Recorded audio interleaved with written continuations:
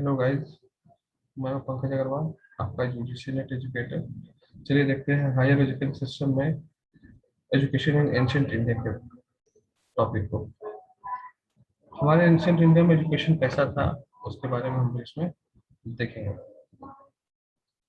देखा हुआ ancient Indian education have been evolved strictly on foundation of Indian epistemological and philosophical tradition. कहने का मतलब भारत का जो ज्ञान है और जो आधार है ज्ञान का, उसी के बेस पे, उसी के तरीके से ही एजुकेशन दिया जाता था पहले। ठीक है। पहले का जो फाउंडेशन, पहले लोगों को ये तो बुक नहीं पढ़ाया जाता था। पहले लोगों को बुक नहीं पढ़ाया जाता था, कोई कैरिकुलम नहीं था सब्जेक्ट्स का, कोई टॉपिक्स नहीं पढ़ना है। बस क्या था कि हमको जिंदगी कैसे जीना है, हाउ, अच्छे तरीके से, हाउ टू लिव लाइफ, ये सबसे पहले सिखाया जाता था। कैसे हम लोग को रिस्पेक्ट करना है लोगों को, कैसे नेचर से जुड़ना है, ये सब सिखाया जाता था पहले के चीजों में, पहले के एजुकेशन में। और वेद और शास्त्र पढ़ाया जाता था। उसमें वेद और शास्त्र में आपको वेद स्ट्रक्चर और लिविंग ये सभी है। और आगे उसमें फिर क्या हुआ, इम्प्रूवमेंट होते होते फिर कैरिकुलम बना, फिर रिसर्च होने लगा, इसी तरीके से। Ancient Indian education system was developed in terms of need of individual and that society of, and therefore its effluence was natural। कहने का मतलब ये जो है यहाँ पे, कहने का मतलब यही है कि एजुकेशन सिस्टम था वो नीड के अनुसार बनाया गया था, जो हमारे सोसाइटी में जरूरत, जो सोसाइटी को अच्छा करने के लिए बनाया जाता है। उसी तरीके से इस पहले के एजुकेशन को हम लोग समझ सकते हैं या देख सकते हैं। It had been definite ideal and definite mission. मतलब हमारा जो भी जो पढ़ने जाते थे, उसका डेफिनेट आइडियल होता था और मिशन भी होता था कि हमको पढ़ने के बाद ये करना है। क्योंकि समय एक तरह से समझिए कि जो हमारा हिस्ट्री रहा है, उसमें वेद और शास्त्र को पढ़ाया जाता था ताकि लोग एक तरीके से अपने पेरेंट्स को रिस्पेक्ट कर पाए, वो अपने पोजीशन को अच्छे से संभाल पाए। अगर वो राजा है तो राजा बने रहे, अगर वो किसी तरीके का काम कर रहा है तो वो उस काम को कंटिन्यू करता रहे। तो उस तरीके से ऐसा समझ सकते हैं। वो हम लोग का जो ज्ञान दिया जाता था वो फाउंडेशन ज्ञान दिया जाता था। Ancient educational centers situated amidst fauna and flora and beauties of nature were perennial and in all inexhaustible fountainheads of Indian civilisation and culture. कहने का मतलब ये है कि जो पहले का गुरुकुल या फिर पहले का जो स्कूल हुआ करता था, उसमें क्या होता था, लोगों का स्कूल जो होता था वो जंगल के अंदर होता था। जंगल के अंदर, जंगल के अंदर कहने का मतलब वो क्या है, close to the nature, nature के बहुत सामने रहेंगे, क्लोज टू द नेचर। जिससे क्या होगा कि नेचर से रिलेटेड चीजों को वो ज्यादा अट्रैक्ट कर पाए, जो पुपिल है, स्टूडेंट्स है वो, ताकि नेचर को रिस्पेक्ट कर पाए। जैसे जो आज हम लोग आज के समय भूल गए हैं, कहीं पे भी पेड़ काट देते हैं, कहीं पे भी कोई जानवर को मार देते हैं। तो ये सब चीज उस समय नहीं था। उस समय लोगों को कहा जाता था नेचर से करीब कैसे ज्यादा रहना है। तो ये था एंशिएंट एजुकेशन सिस्टम का। हम लोग बहुत ज्यादा डिटेल या रिसर्च पे नहीं जाते, फाउंडेशन ही पढ़ाया जाता था जो सोसाइटी का नीड है। और ये सब कहाँ हुआ करता था, जंगल में, यानी जंगल के बीच में, ऐसा कह सकते हैं नेचर से रिलेटेड, नेचर के करीब। The four Vedas. The four Vedas, Vedas regarded as the oldest among the literatures of the world। मतलब वेदा जो हमारे चार हैं वो दुनिया के सबसे पुराने में से एक है। As are the original source of philosophy of life in ancient India। A study of these Vedas will enable one to get a true knowledge, not only the philosophy but of life, but also the whole fabric of ancient India culture।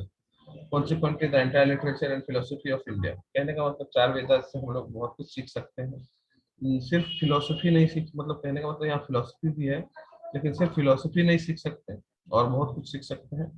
But also the whole fabric of the ancient Indian culture. हम लोग ancient Indian culture के सब चीजों को सीख सकते हैं इन वेदांत से। और जो हमारे चार वेदा हैं ये बहुत पुराने माने जाते हैं। वन ऑफ, कह सकते हैं, regarded as the oldest among the literatures of the world. जितने भी लिटरेचर्स है उसमें से सबसे पुराने हैं। और द ओरिजिनल सोर्स ऑफ, ये हो गया हमारा The Upanishad and the Upanishad, Smriti and the Purans, all knowledge of superiority of Veda. कहने का मतलब उपनिषद, स्मृति और पुराण जो है वो एक्नॉलेज कर रहे हैं वेदा को. The Veda occupy a very important place in Indian life. The six basic of Indian culture lies on the Vedas. ये six क्या है इंडियन कल्चर में, यहाँ देखेंगे हम लोग. चार वेद जो है वो हमारे ऋग्वेद, सामवेद, यजुर्वेद एंड अथर्ववेद. ये हमारा चार वेद, और इसी को पहले पढ़ाया जाता था एंशिएंट एजुकेशन सिस्टम. बाद में धीरे धीरे हम लोग सारे सब्जेक्ट्स को ऐड कर रहे, धीरे धीरे ट्रांसफॉर्मेशन हुआ हमारे एजुकेशन में. Gurukul education curriculum of Vedic era. Vedic knowledge was imparted by the guru or the teacher to the people through regulated and prescribed pronunciation, which people would commit to memory having listened to it alternatively.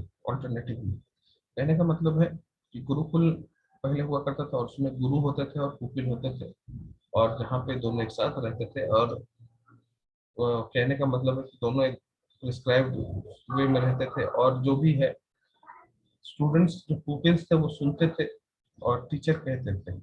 और यहाँ पे written concept नहीं था, मतलब लिखने का कोई concept नहीं. मतलब गुरु कहते थे, स्टूडेंट्स जो है उसका जो शिष्य है वो सुनता था और याद कर लेता था, मेमोराइज कर लेता था. The method of teaching was being participated during Vedic period. The first method was oral and the second was based on चिंतन, thinking. मतलब रिटन कोई कॉन्सेप्ट नहीं था एंशिएंट हमारे गुरुकुल में. या तो वो सुनेंगे, सुन के सोचेंगे, या तो बोलेंगे. The admission was made by the formal ceremony upanyaya or initiation, by which the pupil left the home for his natural parent, that of the preceptor. कहने का मतलब गुरुकुल में आपको घर में, गुरुकुल में आप जब जाने वाले हैं तो आपको पता होगा रामायण या महाभारत में देखेंगे, जैसे कि मान लीजिए कोई आदमी अगर गुरुकुल जाने वाला है, कोई स्टूडेंट शिष्य, तो क्या होगा कि अपने नेचुरल पेरेंट्स को वो छोड़ देगा. मतलब नेचुरल पेरेंट्स के साथ नहीं रहेगा तब तक जब तक उसकी शिक्षा पूरी नहीं हो जाए. यही चीज में कहा गया. द डिसिप्लिन ऑफ ब्रह्मचर्य और सेलिब्रेसी वॉज कंपल्सरी. कहने का मतलब ब्रह्मचर्य जो है वो जब स्टूडेंट जो शिष्य है वो जब तक गुरुकुल में रहेगा तो ब्रह्मचर्य का पालन करना होगा, यानी सेलिब्रेसी का पालन करना होगा. Through a married youth was entitled to get education, yet he was denied to right of being the residential pupil. कहने का मतलब है कि अगर कोई शादी कर लिया है पर्सन और उसको फिर भी एजुकेशन चाहिए, तो वो क्या करेगा, सबसे पहले जो भी उसका रेसिडेंशियल लाइफ है उसको वो खत्म करेगा, फिर वो गुरुकुल में आकर रहेगा, तभी उसको एजुकेशन मिलेगा, अदरवाइज वो एजुकेशन नहीं मिलेगा. जैसे कि आज के समय हम लोग घर में रहते हैं, स्कूल जाते हैं, पढ़ के आते हैं, फिर स्कूल जाते हैं, फिर पढ़ के आते हैं, फिर स्कूल जाते हैं, तो ये कॉन्सेप्ट था. लेकिन उस समय एक बार अगर कोई शिष्य यानी स्टूडेंट चला गया तो एक टेन्योर होता है, मतलब हर कहीं 20 साल लिखा है, कहीं 25 साल लिखा है गुरु, तो उस तरीके से वो 20 साल उसको वहीं रहना, 25 साल वहीं रहना फैमिली से.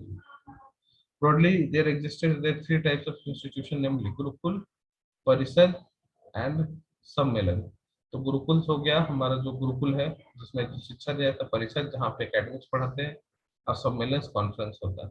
इन दैट इज उस समय के. Besides this regular school of instruction, there were a special institution for the promotion of advanced study and research. These are called Rig Veda as Brahmana Sangh. These academics are called Parishad. This is a reference to Panchal परिषद इन officer proceeding 7 Kings participated. कहने का मतलब ये है कि ये सब school education के अलावा जो यहाँ मेंशन किया हुआ है उसके अलावा स्पेशल एजुकेशन भी दिया जाता था. उस एजुकेशन जिस स्टडी रिसर्च के लिए, उसका नाम है द ऋग्वेदा एज ब्रह्मा संघ. और एकेडमिक्स का जो परिषद है उसमें रेफरेंस दिया गया है कि पंचला परिषद. यहाँ पे देखिए एकेडमिक्स को जो दिया हुआ है वो है, और वो किसका पार्ट है, उपनिषद का. तो यहाँ पे दो चीज आया, द ऋग्वेदा एज ब्रह्मा ब्राह्मण संघ, और दूसरा है एकेडमिक्स के लिए परिषद जिसका नाम है पंचाल परिषद. ये याद रखिएगा। ये हमारा एंशिएंट एजुकेशन सिस्टम में गुरुकुल में हुआ करता था। These academics were main forms of students belonging to higher order of learning gathered and quenched their unstable thirst of knowledge through discussion and discourse discourses। कहने का मतलब ये जो एजुकेशन है किस पे है, स्टडी एंड रिसर्च। ये आगे बताया जाता था जब ये समझ लीजिए ये जो तीनों थे ये स्कूल था, और ये रिसर्च वाला था जिसमें द ऋग्वेदा, ब्राह्मण संघ और द क्या था ये परिषद जिसका क्या पांचाल परिषद। ये सब से क्या होता था कि रिसर्च करते थे लोग। वही चीज इसमें मेंशन किया गया, belonging to higher order of learning gathered and quench their insatiable thirst of knowledge. जो ज्यादा नॉलेज चाह रहा था उन लोगों के लिए ये बनाया गया था थ्रू डिस्कशन एंड डिस्कोर्सेज। मतलब ये जो चीजें था ये डिस्कशन और डिस्कोर्सेज से लिया जा मतलब किया जाता था, ऐसा कहा गया है। During the Vedic period, one could choose a particular profession as he liked and accordingly his varna determined। कहने का मतलब है वैदिक पीरियड में पढ़ने के बाद हर एक स्टूडेंट यानी शिष्य को एक मतलब एक प्रोफेशन चुनना था, कि क्या आप करना चाहते हैं। But during the later Vedic period varna came to be determined by birth. कहने का मतलब वैदिक पीरियड में क्या होता था, मान लीजिए कि चार है स्टूडेंट, ये दो तीन चार है चार। अब चार पढ़ने के बाद क्या होगा, चारों को एक वर्ण चुनना होगा। जैसे कि वर्ण क्या था, एक कास्ट सिस्टम था वैदिक पीरियड में। तो मान लीजिए कि ये कोई भी अपना वर्ण अपनी मर्जी से चुन सकता था। जैसे मान लीजिए ब्राह्मण चुन लिया, ये कास्ट चुन लिया, ये वैश्य चुन लिया और ये शूद्र चुन लिया, अपना चुन लिया। अब क्या है, मान लीजिए इसका चाइल्ड आएगा पढ़ने के लिए इसी गुरुकुल में, तो अपना इसका जब चाइल्ड होगा वो स्टडी कंप्लीट करने के बाद क्या है, वो अपना कोई प्रोफेशन चुन सकता, हो सकता है ये शूद्र का चुन ले, ये कास्ट था, ये ब्राह्मण चुन ले, कोई भी चुन सकता था। तो इस समय क्या था, एजुकेशन कंप्लीट होने के बाद अपने लोग मतलब स्टूडेंट जो है, शिष्य जो है, वो खुद से चुनते थे। बाद में लेटर वैदिक पीरियड में क्या हो गया कि जो हमारा कास्ट सिस्टम है वो बर्थ से होने लगा। जैसे कि आज हम लोग देखते हैं कि अगर कोई ब्राह्मण का जन्म लिया तो वो ब्राह्मण ही कहलाएगा, और कोई क्षत्रिय का जन्म लिया तो क्षत्रिय ही कहलाएगा। ऐसा सिस्टम होने लगा बाद में। तो वैदिक पीरियड में कैसा था, एजुकेशन पर के जरिए था, डिटरमिन करते थे वर्ण को। लेकिन बाद में क्या हो गया, ये चेंज हो गया किसमें, बाई बर्थ चेंज हो गया। मतलब अब जन्म जिस कास्ट में लेंगे अकॉर्डिंगली उसके आपको मिलेगा वर्ण। नेक्स्ट है education in sutras and epics. Education in the Sutras and Epics. The period of the Vedic literature was followed by the Sutras literature. It falls between 600 BC to 200 BC। कहने का मतलब जो हमारा एजुकेशन सूत्र है वो कब से कब के बीच में था, 600 से 200 BC। यहाँ पे BC लास्ट मतलब पिछले क्लास में बताए थे, BC और AC का मतलब BC हमेशा उल्टा लिखा जाता है। मतलब लार्जर नंबर को पहले लिखा जाता है, बाद में स्मॉलर नंबर को लिखा जाता है। बट AD में स्मॉलर नंबर को पहले लिखा जाएगा, बाद में लार्जर नंबर को लिखा जाएगा।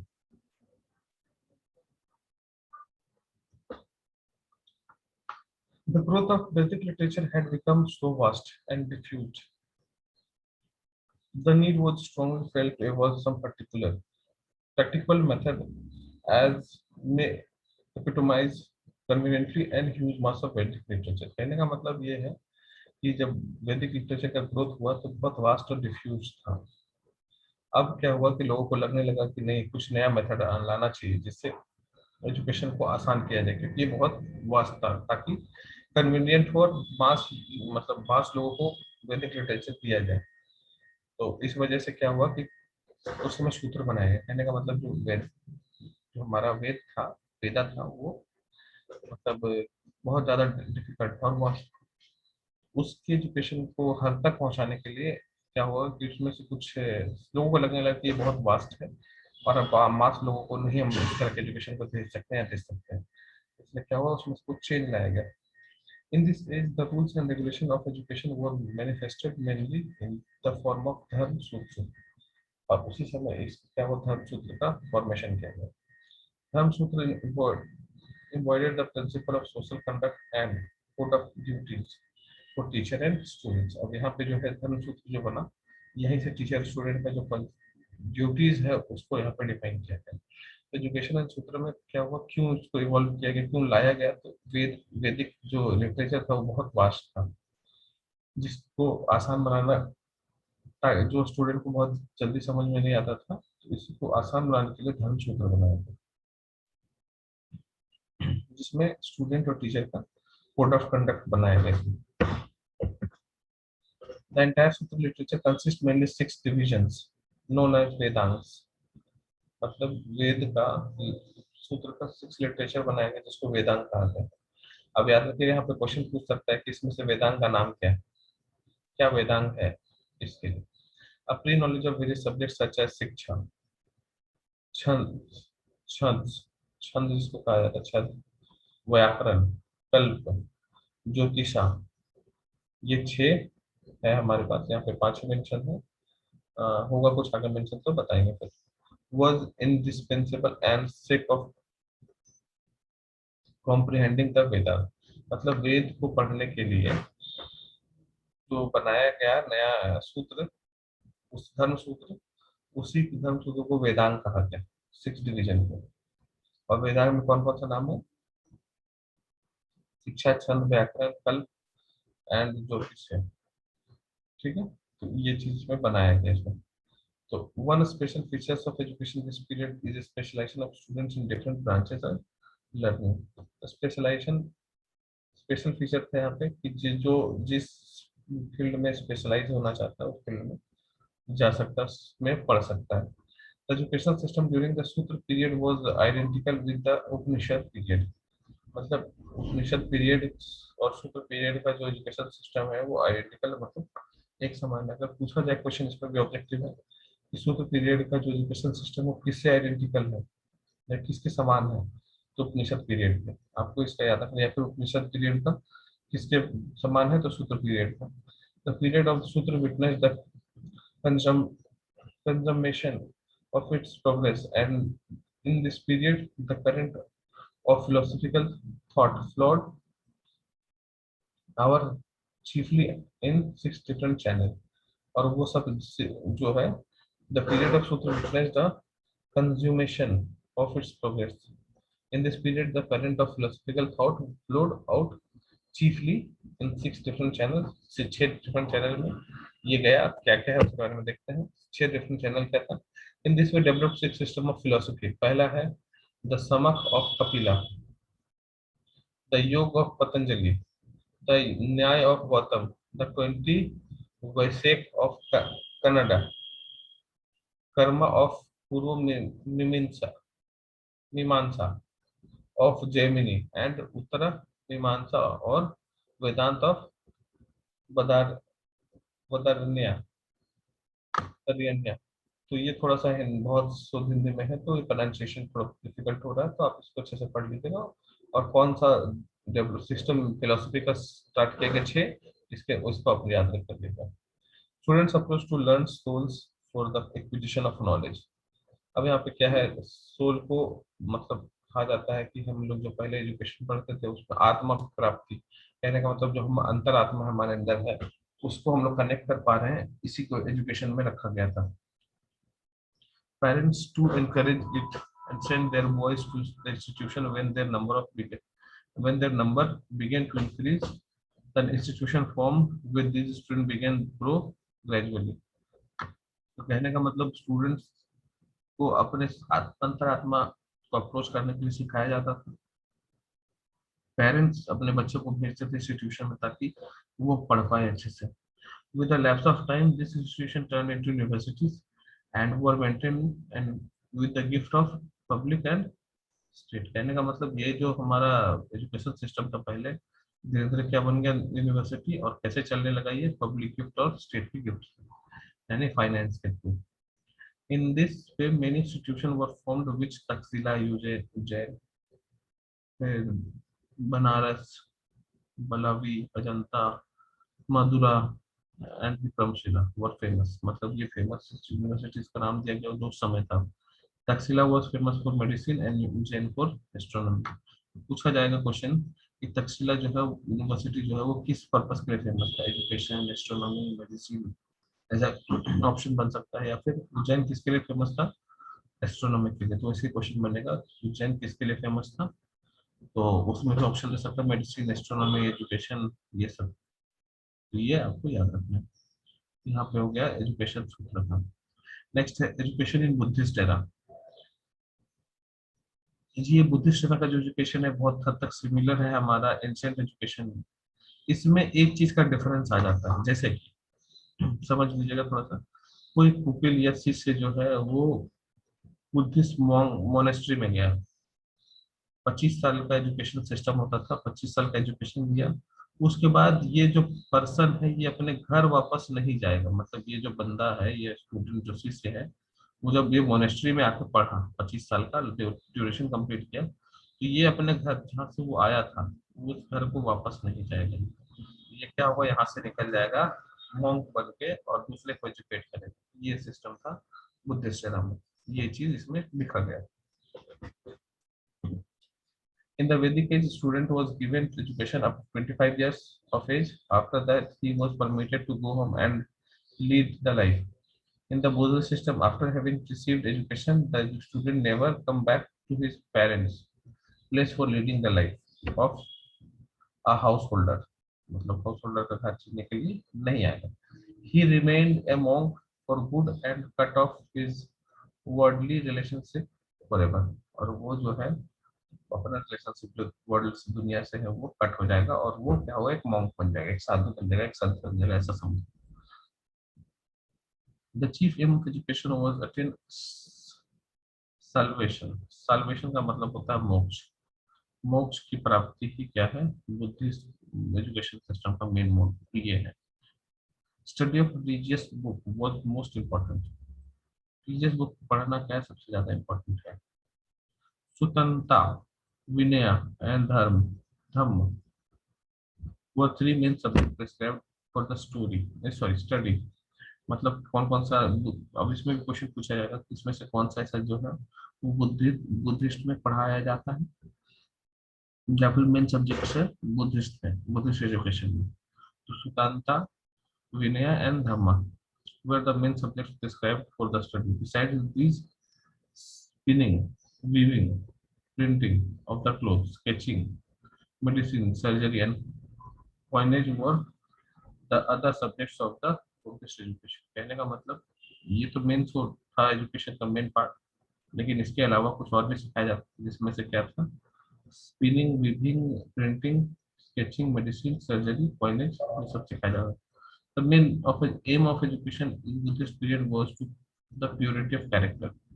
Therefore, like Vedic education system, they also emphasized much on practice and training for pure character instead of psychological development of the student. कहने का मतलब एक मतलब पहले के एंशिएंट टाइम में लोग कहते थे कि ये सबसे बड़ा चीज जो है वो है हमारा रिस्पेक्ट या फिर कैरेक्टर।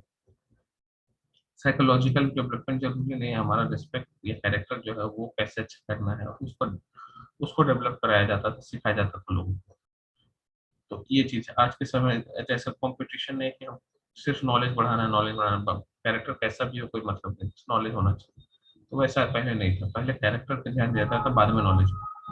तो ये चीज में लिखा गया है। तो याद इसमें मेन क्या था, तीन मेन बुक था एजुकेशन सिस्टम में। सुल्तानता, विनय एंड धम्म पढ़ाया जाता था। इसमें क्या होता था, कंक्लूड कर ले तो इसमें होता था कि एक बार जो स्टूडेंट पुपिल जो मोनेस्ट्री आ गया, पढ़ने के बाद वो वापस घर नहीं जाएगा, क्योंकि वो वहां से मॉन्क बन जाएगा और वर्ल्डली लाइफ को कट कर देगा। और इसमें क्या है, कैरेक्टर पे विशेष ध्यान जाता था, ताकि लोग कैरेक्टर को अच्छे से बना सके एज अ सॉफ्ट, मतलब साइकोलॉजिकल डेवलपमेंट से ज्यादा कैरेक्टर पे ध्यान दिया जाता है। The main aim was to propagate Buddhism. Some Acharya gave importance to tools of educating the students. After the completion of education, the students were encouraged to gain the practical and real form of theoretical knowledge gained by them undertaking the long trips. Thus, their practical became solid and evident। कहने का मतलब ये है कि जो भी चीज Buddhist monk में पढ़ाएगा, मॉनेस्ट्री में पढ़ाएगा, पढ़ने के बाद जैसा कि ऑलरेडी डिस्कस किए कि उसको वापस क्या करना, वापस नहीं जाना, उसको अपने एजुकेशन को दूसरों को देना है, घर वापस नहीं जाना, वही चीज है। और वही एजुकेशन क्या है, computer education the system work encouraged to gain the practical and real form of theoretical knowledge। मतलब ये जब बाहर घूमने निकल जाएगा तो मॉन्क घूमने बाहर जाने के बाद क्या होगा, उसको प्रैक्टिकल नॉलेज मिलेगा जो ऑलरेडी उसको वो थ्योरेटिकली पढ़ गया है, और उसी चीज का एविडेंस बढ़ जाएगा, सॉलिड हो जाएगा उसका evidence.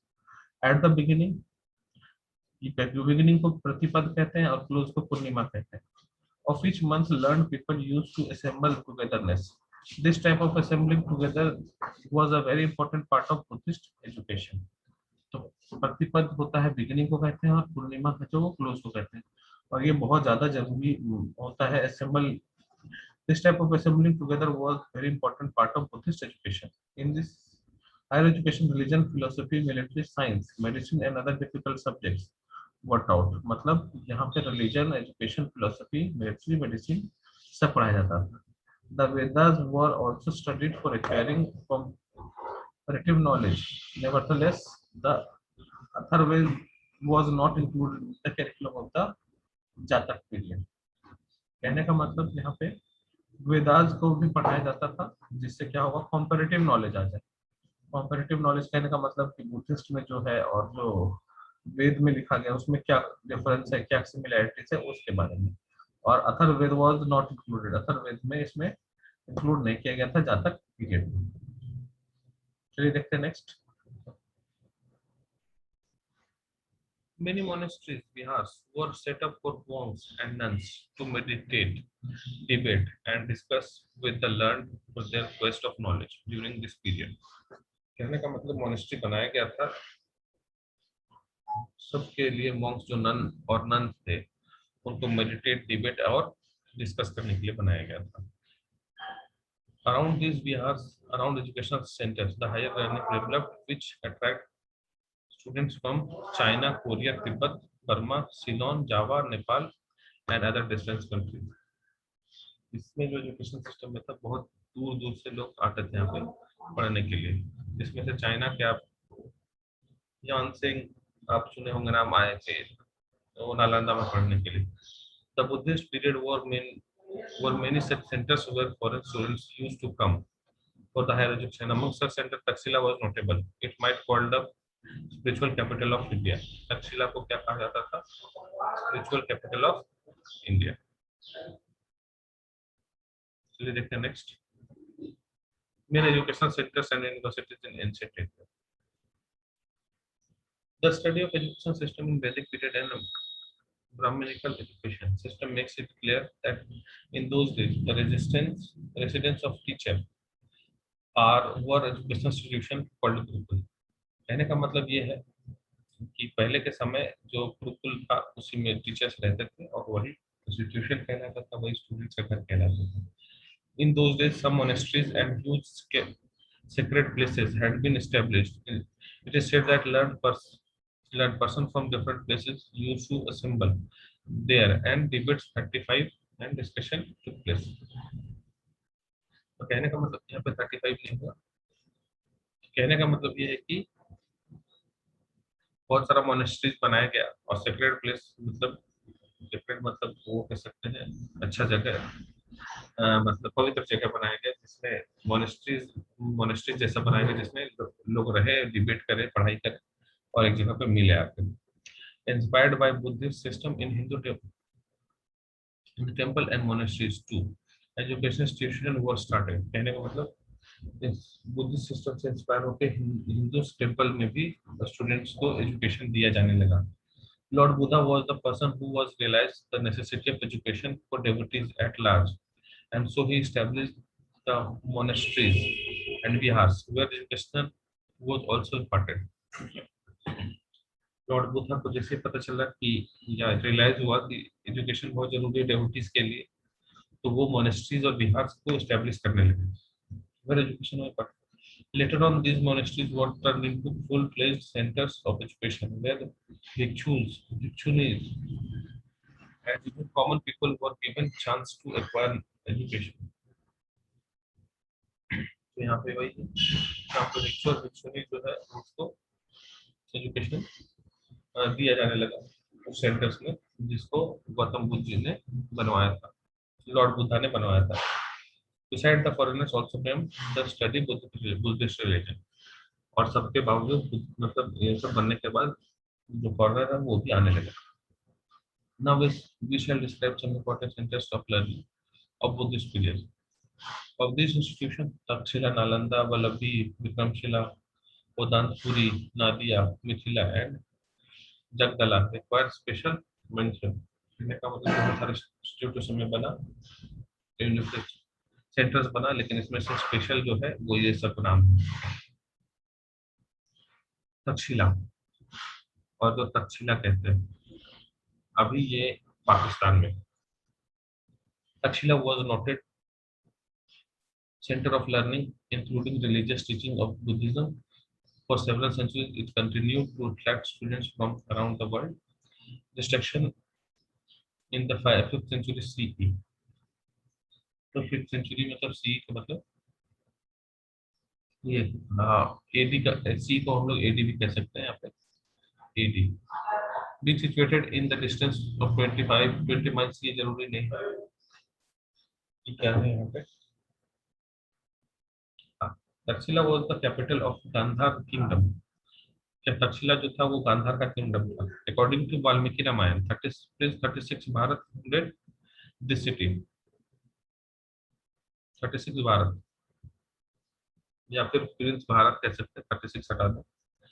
Founded the city, appointed his son Taksha as the ruler of territory. कहने का मतलब ये है कि प्रिंस भारत इस सिटी को बनाए थे या फाउंड किए,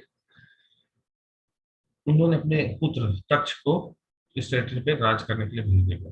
Takshashila was an ancient Indian city which is now the north western Pakistan.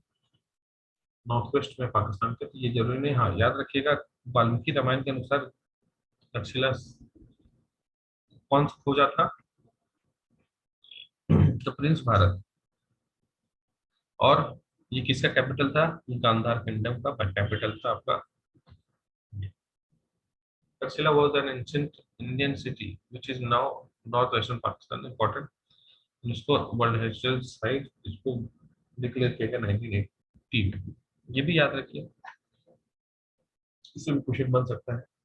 UNESCO ने तक्षशिला को वर्ल्ड हेरिटेज साइट कब डिक्लेयर किया, 1980 में। It was an early Buddhist center of learning. Well-known graduates of this university include Chanakya, Panini, Charak, Vishnu Sarma, Jiva, world oldest university. Its fame rested the university where Chanakya, said to the composed and archaeologist Alexander Cunningham discovered its ruin in mid-century 19th century। कहने का मतलब जो है अर्थशास्त्र को यही लिखा गया है। अब यहाँ पे लिखा गया archaeologist Alexander Cunningham discovered the ruin mid 19th century. कहने का मतलब ये कि इस आर्कियोलॉजिकल साइट को किसके द्वारा खोजा गया, तो अलेक्जेंडर कनिंघम के द्वारा, mid 19th century. According to Valmiki Ramayana prince 36 Bharat, हो सकता है इसका नाम prince 36 Bharat, founded the city, appointed his son Taksha as the ruler of territory. It is an important archaeological site UNESCO declared to be World Heritage Site in 1980. Its fame rested on the university where Chanakya and said have the composers. Sorry, ये already repeated हो चुका है। In last point यहाँ रखिएगा, this is world's oldest university. ये दुनिया की सबसे पुरानी यूनिवर्सिटी है। तक्षशिला के बारे में। एक्स्ट्रा नालंदा, नालंदा ये बिहार में है और ये बिफोर क्राइस्ट एरा कहते हैं इसको, BCE को। लिखा नाम ancient centre of higher learning Bihar from 427 BCE to 1197 CE। यहाँ पे CE हो जाएगा AD। The university was established in 5th century CE। 5th century में इस यूनिवर्सिटी को एस्टैब्लिश किया गया था। It was dedicated to Buddhist studies. ध्यान रखिएगा बुद्धिस्ट किस किस स्टडीज के लिए है, ये सब जरूरी है। But also taught in fine arts, medicine, mathematics, astronomy, politics and art of war. Nalanda's importance come from Buddhist root as a center learning. Nalanda became its zenith progress at the hands of the kings of Gupta dynasty. Kumar Gupta built a monastery there. तो नालंदा जो है अपने peak पे पहुंचा कब, जब Gupta dynasty के गुरु कुमार गुप्त वन ने मोनेस्ट्री वहां पे बनाया। अब देर a big and strong enclosing wall having only one gateway marked of entire university area। तो वहाँ पे यूनिवर्सिटी एरिया में सारा का सारा चीज बात किया गया। तो ये सब जरूरी नहीं है आप लोग के जाने के लिए। हाँ, मोनेस्ट्री किसने बनाया है वहाँ पे, तो गुप्ता डायनेस्टी के किंग कुमार गुप्त one. The center had 9-story library and dormitories and students having 1000। ये भी जरूरी नहीं है आप लोग के लिए कि कितने स्टूडेंट या क्या रहते थे वहाँ, ये याद रखिएगा। हुआन सांग, the famous pilgrim from China, studied and taught for 5 years in the 7th century CE। तो नालंदा यूनिवर्सिटी में कौन सा स्टूडेंट आया था चाइना से, हुआन सांग। अब ये चाइनीज नेम है, बहुत सही प्रोनाउंसिएशन मेरे से होगा ये एक्सपेक्ट नहीं कर सकते, तो इसीलिए हुआन सांग इसको पढ़ रहे हैं। और चाइना में आए थे, कब आए थे, 7th century CE में। The minimum age limit was 20 years for the admission of the university। Education board and lodging were provided to the student free of cost by the university। University में सारा चीज मिलता था free of cost. Around 700 years between 5th and 12th century, Nalanda was the center of Buddhist studies in the ancient world। It is said that the Great Fire wiped out the library of over 9 million manuscripts and the beginning of the 12th century। कहने का मतलब ये है कि वो library में 9 million manuscript थे, इसको जला दिया गया 12th century में। Nalanda, the unique symbol of Indian philosophy, art, civilization after glorious career of 700 plus years, fell a prey of barbarism of Mohammedan conqueror named Bakhtiyar Khilji। Towards end of the 12th century AD, he destroyed the university and put the library on fire। The innocent monks were students were ruthlessly killed। कहने का मतलब यह है कि 12th century AD में बख्तियार खिलजी नाम के का एक लुटेरा आया बाहर से, उसने क्या किया, नालंदा विश्वविद्यालय यूनिवर्सिटी के लाइब्रेरी को पूरा का पूरा उजाड़ दिया और मॉन्क्स को मार दिया वहां पे और लाइब्रेरी को आग लगा दिया। ये चीज उसमें हुआ। नेक्स्ट है वल्लभी, दूसरा university Vallabhi. Another important education centre for Buddhist period was Vallabhi, capital seat of Maitreyi king between 475 से 775 BC। It can aptly be regarded as the rival of Nalanda fame and education importance।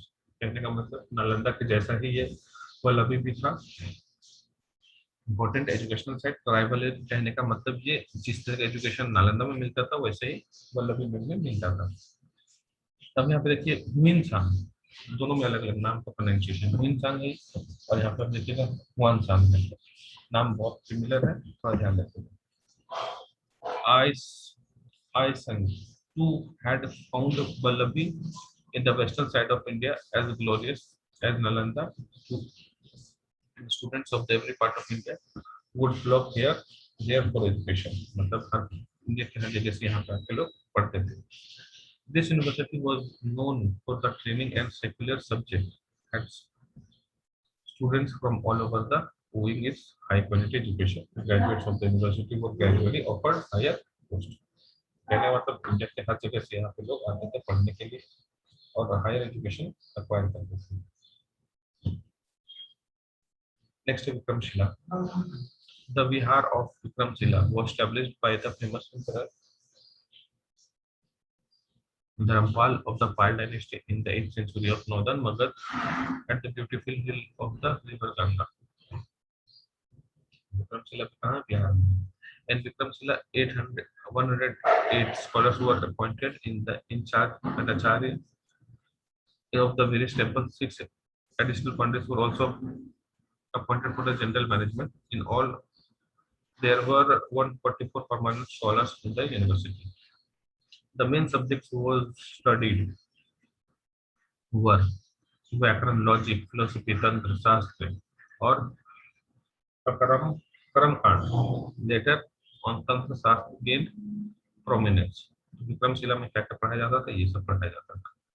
Vikramshila university was destroyed by Bakhtiyar Khilji in 1203 AD। यहाँ पे कहा ये इसको establish कौन किया था? धर्मपाल, पाल dynasty का। और इसको डिस्ट्रॉय कौन किया? बख्तियार खिलजी in 1203 में। क्या क्या पढ़ाया जाता था? बस इतना याद रखिए। कितने टीचर्स थे ये जरूरी नहीं है आपके लिए। It is said that the Muslim took the Bihar as the fort and they killed most of the monks। और बहुत सारे monks को उन्होंने मार दिया। Mithila, in the Upanishad age, Mithila became the prominent seat of Brahminical system of education. It was named as Videha। Raja Janak used to hold religious conferences wherein learned rishis and pandits took part in religious discussion। तो राजा जनक यहाँ पे conference करते थे, religious conference, और ऋषि और पंडित इसमें आके भाग लेते थे।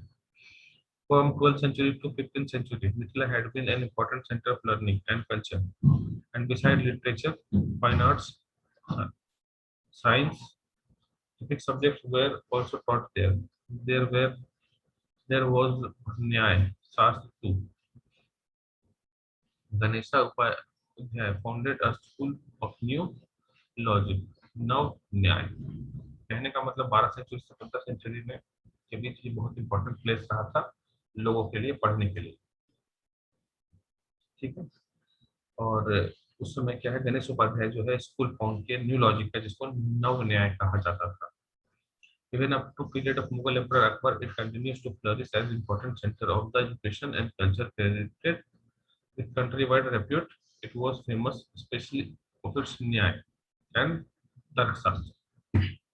मतलब अकबर तक ये फेमस रहा है एजुकेशन सिस्टम, इसके लिए न्याय और तर्कशास्त्र।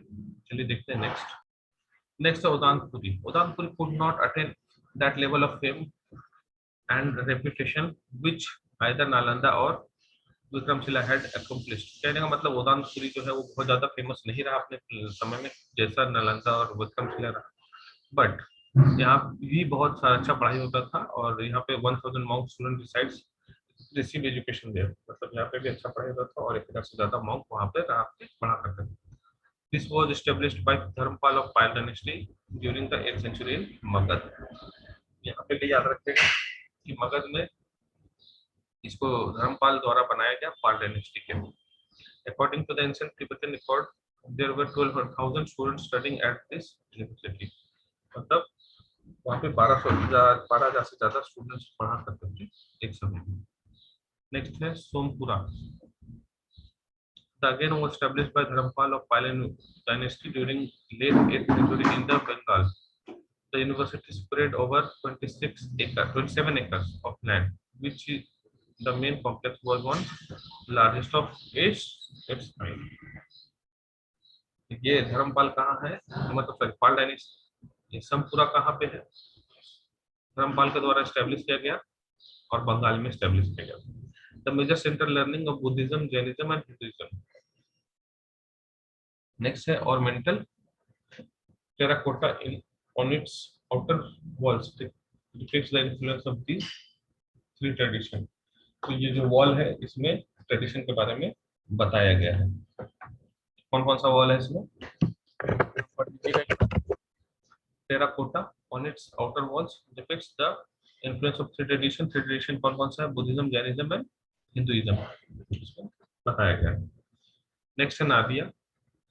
Nadia was formerly called Navdweep। It is situated at confluence of Ganga and Jalangi River in Bengal। It was center of trade, of commerce as well as learning and culture। तो नादिया को नवदीप, अभी नादिया एक district भी है वेस्ट बंगाल में। The importance of Nadia grew still more as a result the downfall of Nalanda and Vikramshila, and it became the regarded as the eminent center of Hindu culture and education. कहने का मतलब जब नालंदा विक्रमशिला को उजाड़ा गया या खत्म किया गया, उसके बाद ये इमिनेंट सेंटर बन के उभर के आया Nadia. Education in Nadia university was imparted at the three centers, namely Navdeep, Santipur and Gopalpura.